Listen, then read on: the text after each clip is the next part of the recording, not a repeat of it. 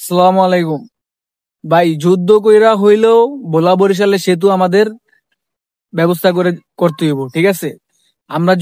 আমরা যারা ভোলাবাসী আছি, আমরা যদি আবেদন না করি, আমরা যদি কথা না বলি, তাহলে ভাই দিব না।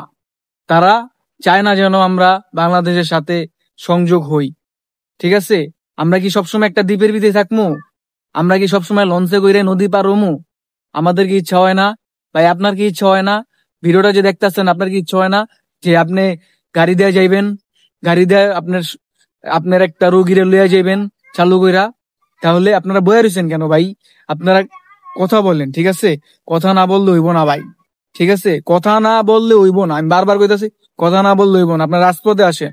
ঢাকা তো হাজার মানুষ থাকেন, দেশে যাইলে দেখি এনি ঢাকা থাকে, উনি ঢাকা থাকে।